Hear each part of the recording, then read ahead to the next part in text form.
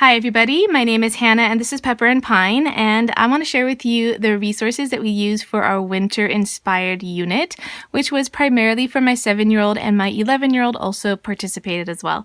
So I have a number of the resources out today that I want to show you. I want to review them for you, tell you what worked, what didn't work, what we got to, and what we'll just save for next year.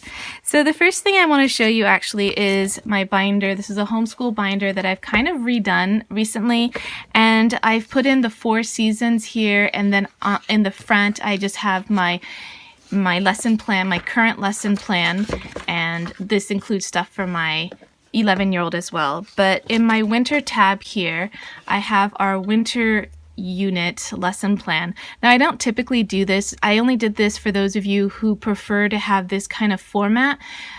In case it's helpful for you to have your lessons divided up by day and and the different types of lessons that you're going to have. But for me, a running list is actually a little bit easier for this kind of unit.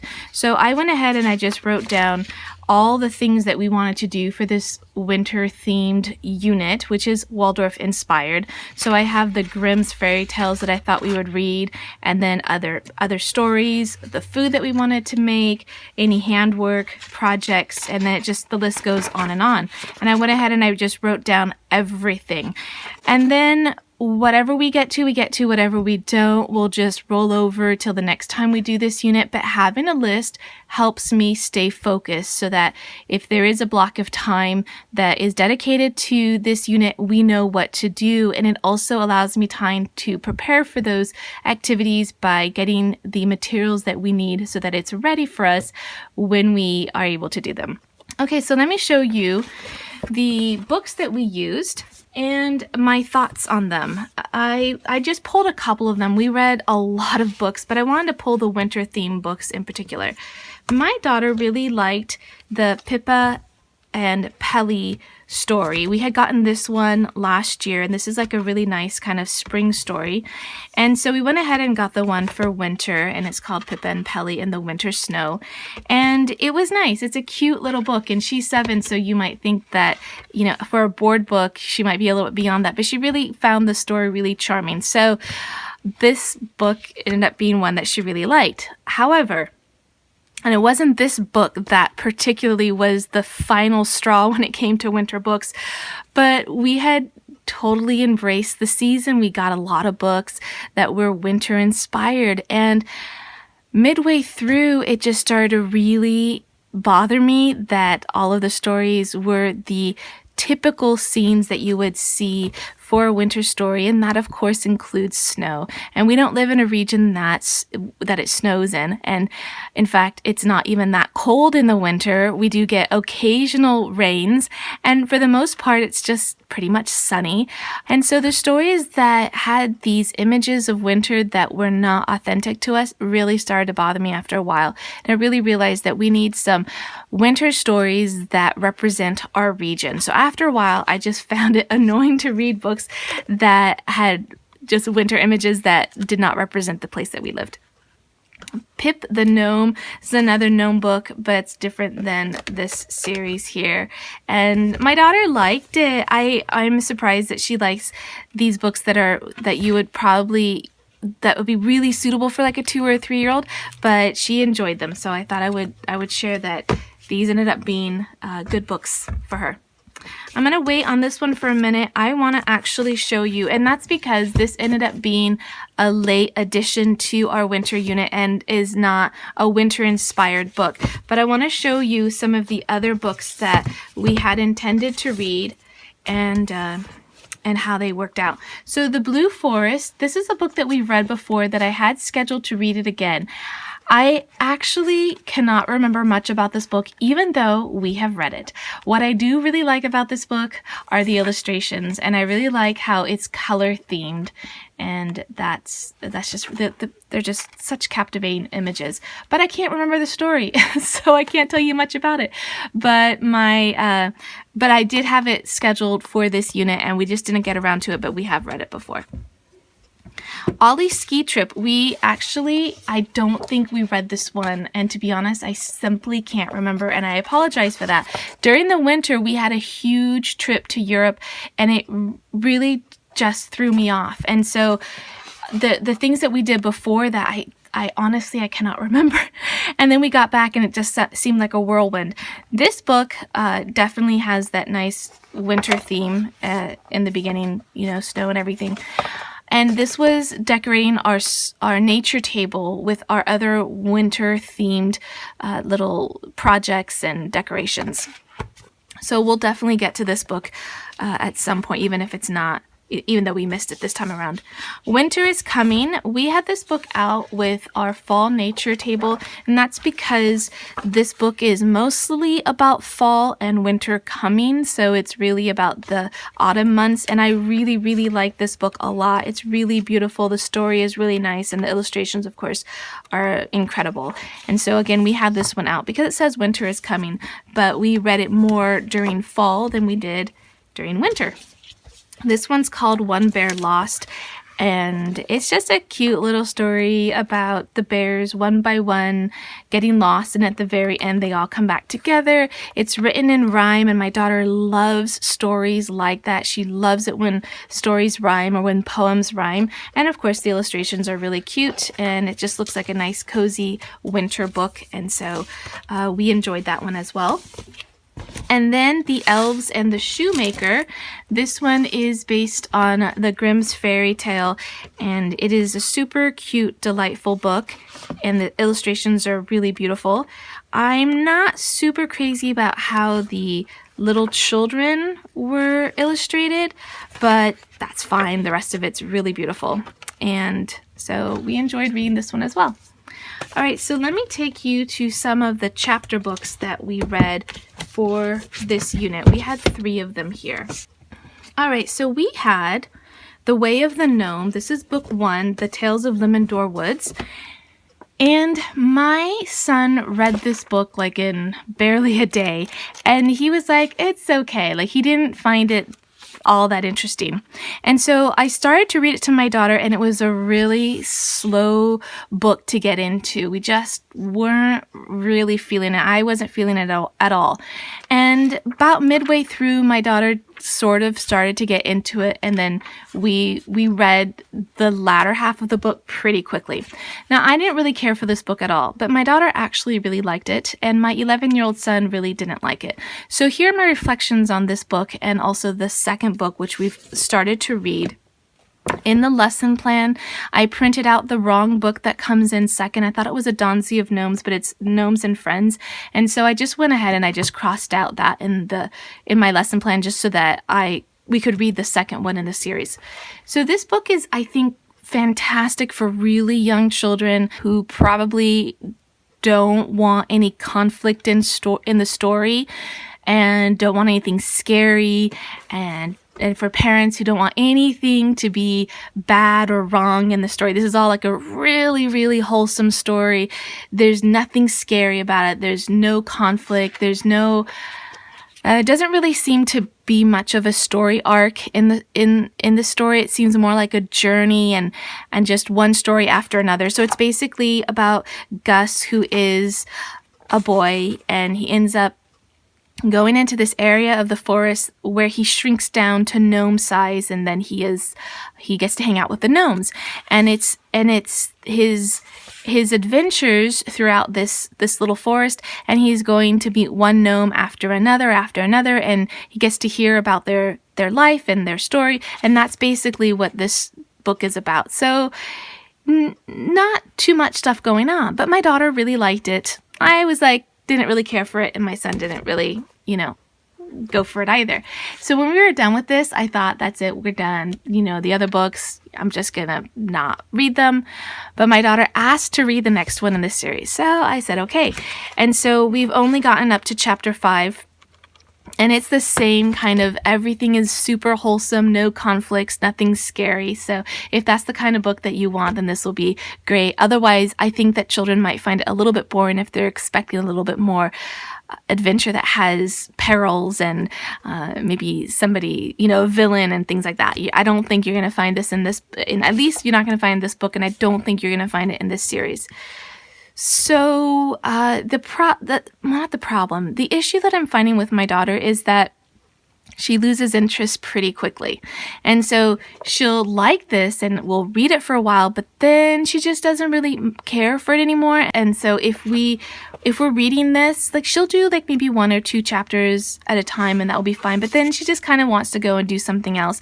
And she never really says, "Oh, let's finish the book. Let's read it. I want to know what's going to happen next." She doesn't really do that with these books. And so even though we've gotten to chapter 5, she hasn't asked to read it anymore. She's just kind of like not into it. But if I pick it up and I start reading it, she'll probably, sit and listen. One book she did ask to continue reading was Zeno and Alia, and I was actually kind of surprised. I didn't really care for this book, and my daughter was okay with it in the end. There's some reflections that I have on this one, and then my son read it really quickly on his own, and he was like, about it. It's about a bird. It's a story about a bird and a little girl, and my daughter really liked the parts with the little girl and the parts with the little girl and the bird, but she didn't really care for the parts of the story that just were the bird. So anytime there were chapters that involved the little girl in the story, she asked me to keep reading, and the chapters are really short, so it didn't take long to read. And then you could just kind of get through a lot. I mean, the whole book doesn't take too long. The print's fairly large and the chapters are short and there aren't that many pages. The storyline, the whole book feels like an introduction. It feels like the good stuff really happens at the end where you're like, oh, now I really want to know what's going to happen, but it's the end of the story. So, just fair warning. At least that's my impression of it. I just want to show you one more book before we move on to the projects, and that's the Grimm's Fairy Tales. We went ahead and read probably 30 or 35 fairy tales over this course of this unit that we did. Now, I would have preferred to pre-read them ahead of time, but I didn't have time to do that. And so some of the fairy tales that I recommended, not that I recommended them, just that I chose for this unit, ended up being really bad choices. So I think that sometimes the fairy tales are like hit or miss. I was weary about reading them to begin with for my daughter because she's very sensitive. She doesn't like scary things. And so that's why I thought maybe this would be such a winner since she really doesn't like that kind of stuff in a story. But she ended up really liking the fairy tales, especially the ones with like a proper evil villain and a hero and a happy ending. She really enjoyed that. There were a few that were really kind of iffy as far as like the gruesomeness of the story, but for the most part, she really liked them. So we probably won't do too many in the spring, but we'll definitely revisit this in the fall. The other book that I want to show you, now we can move into like our activities and the projects that we did. This one is Making Peg Dolls and More. Now there are 2 books in this series. All right, so the other book is called Making Peg Dolls. They're both by Margaret Bloom, and they are phenomenal. They're amazing. They're beautiful. They're so inspiring. They have projects that are super simple and basic, and then there are ones that go up to, I would say, intermediate and advanced. And so we get tons of inspiration from these 2 books, and this time around, we did a project in this book, I believe, or maybe it was the other one. Let me find it. We did King Winter, and we changed it a little bit. We followed the design, but we decided to make him Papa Winter, and then we decided that Papa needed a mama, and so we have a mama and a Papa Winter. And so this design is almost identical to the one that is in the book, and then I made his wife just similar, but with a few changes. So this one was original. You're not going to find this one in the book, but I do have tutorials on these, I believe. I do. Don't I? I'm sure I do. Did I do both of them in one tutorial? Why can't I remember? So I'm going to leave that tutorial link down in the description box below so that you can make these if you'd like. We also made these using the really large peg dolls. I want to show you the peg dolls usually come in this size, and you can see that they are quite a bit bigger for these really large ones. And I wasn't intending to get these. I wasn't really interested in getting the really large ones, but my kids had seen them and asked if we could get them, so I only got 6. So just 3 sets. And they ended up being a lot of fun to work with, a little bit easier actually because they're larger. However, they do take up a lot more of the felt. So I found I was using a lot more of it, obviously, to cover these larger ones. But this is the typical size that I usually use. And then this is the finger puppet size, which is a little bit larger. And then you've got the little one. There's a couple other smaller sizes as well. These are the ones that we typically work with. So for the projects, we did King Winter. And then as I was going through the book to do another one for my daughter, I ended up finding the little Valentine set. Where is it? Super cute. So we don't celebrate Valentine's Day, but they looked really easy, super cute. So I decided to make a set of 3 as well as a stitched little heart.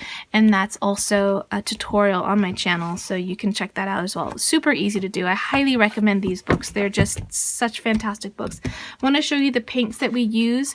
We use these Lyra watercolor paints if we're going to have any painting on our peg dolls. A lot of times we don't. For these ones, we didn't use paint at all, and for the eyes, we just used a pencil. And then the other set that we made this time around were the 3 little bunting babies that are winter themed, and so they just have the little snowflake on the front. And then we had a couple from last year. There's another one in here somewhere, and then another set of 3 finger puppets. So we didn't make those this year, but we still had those on our nature table, and as part of the pretend play that my daughter did, she was able to use all of those. So every year we'll add a few more peg dolls and activities to our nature table, just to our homeschool, and so you don't have to start with like a ton to begin with. It can really grow with you. All right, so let me show you our box of things that were on our nature table. And these things just were used as decoration. So we had like some really beautiful orbs. We have some nuts in here. We have this little tree that was gifted to me from another person here on YouTube. And then we had some candles that we made. I have a tutorial on how we did these. And then we had the stitching that we did with our snowflakes. I want to talk to you about that for a second because I have some thoughts on them. The first thing is that the snowflakes by themselves are really great as decoration. You don't really need to do much with them. If you want to, you could dye them in different shades of blue, but I think just the way they are perfect for any nature table or any other kind of craft. You don't really need to do much with them. We decided to do some stitching, and here's where we're going to either not do the stitching again in the future or not do it the same way. Because you can see that, at least for this one, either I did it too tight or the back stitch that I used wasn't a good idea because it all kind of curled in on itself. So that didn't work so well. The one that my son did worked out a little bit better, so I think he just didn't do it as tight, and it worked out fine. I really like the silver. And then I did this one, which had a lot less stitching, and this one worked out fine. This one actually came apart here, and I'm going to tell you why that happened. And this one was okay, so I liked it. So these were all hanging on our nature table, and we did have some candles on the nature table, and we don't typically light them unless we're right there, but because my daughter liked to play in that area a lot, we didn't light them because she was playing there, and that wasn't going to be safe. On the day that I did my homeschool room tour, I had all the candles lit on the nature table, and while I was showing something, a string of lights kind of fell. They kind of detached from where they were kind of resting, and the string of lights actually had all of these the snowflakes kind of nestled into my string of lights. So when they drooped down, they actually drooped down right into the fire, and you can see that it started to burn. So, lesson learned, you have to be extremely careful with an open flame. You need to be mindful of that in the future. All right, so now that our winter table has been changed to spring, I went ahead and I put all of our things in here. I'm going to go ahead and got some tissue paper here. I'm going to wrap up some of the other items that we have from our nature table and put them back in here so that next year when we pull all of these things out, they've been nicely put away, so it's almost like we're opening up a present for the following year. All right, the few other projects that we did the sun catchers, the paper sun catchers. We really like making these, but I find that they're still a little bit challenging for my 7-year-old. We also bought some replacement sheets because we had run low. We have a tutorial on the ones that we made. I just brought one out here to show you. This is one of my favorite ones. It has a really beautiful design when you see it in the window with the light shining through. This is what I decided to do recently to make the whole process a little bit easier for my daughter so that she can participate with even with the complicated stars. With the stars mostly, it's going to tell you to cut them into sections of 4 or 8. And instead of doing that, here I think you're supposed to do it in sections of 8. Instead, I just cut the paper down in half. And that way we have a greater area to work with. We're also making a larger star, but it's not as tedious working with such a tiny piece of paper, especially with ones that involve a lot of folding. It's just a little bit easier for my daughter to do that. And so for the ones like this one, this simple star, this one has you cutting up one single sheet into 8 pieces. And instead we did this star using, this was a spring activity, we did it using the full sheets of kite paper, and it turned out so beautiful, and my daughter did such a good job with it. And it was a lot easier because cutting this down into 8 sheets, that already takes a little while to do. So though you will use more kite paper to make them larger, I find that it's going to be a lot easier for the younger students who maybe aren't quite ready to do this kind of intricate folding, but they still want to participate. Then not cutting down your paper is really going to help you.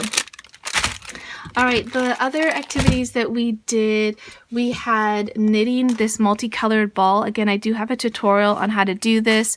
My daughter was a little bit young for knitting, so this is a project my 11-year-old did, and he really enjoyed it. It's a lot of fun to make, and it's super easy. The other things that we did, the music that we did mostly was with this glockenspiel, which sounds beautiful.